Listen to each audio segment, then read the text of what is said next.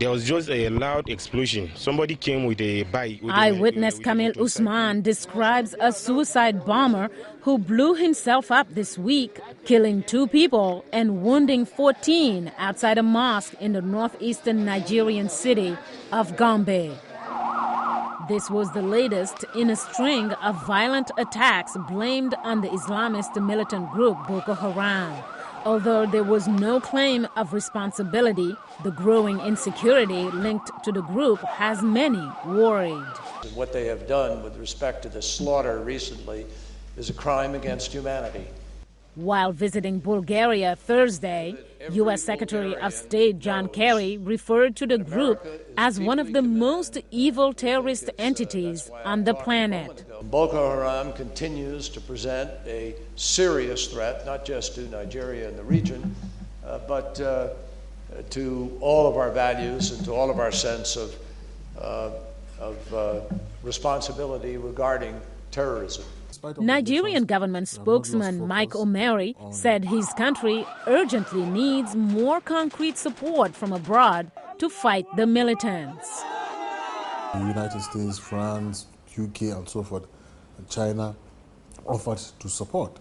But most of those supports in terms of surveillance and tactical conversations or advice and so forth and so on. So we need to go beyond that.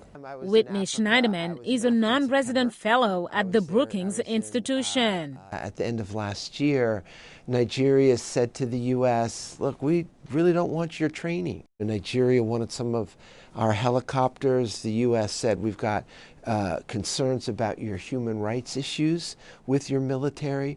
And the fact that we couldn't bridge that difference, I think, is a very sad commentary on a relationship that is probably one of the most important relationships in Africa. Campaigning is in full swing as the country prepares for the February 14th presidential election. Analyst Sylvester Okere, a Nigerian living in the United States, says that people who plan to vote need to be confident they'll be safe. The most important thing Nigerian community wants is security and opportunity to strive. And without security, you can't strive. Without security, you can't have commerce. Without security, you can't even worship. You see, they attack churches and mosques. So without security, you can't go to school.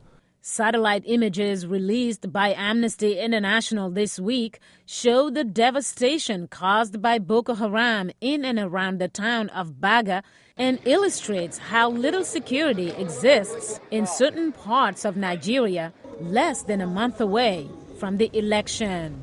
Mariama Diallo, VOA News, Washington.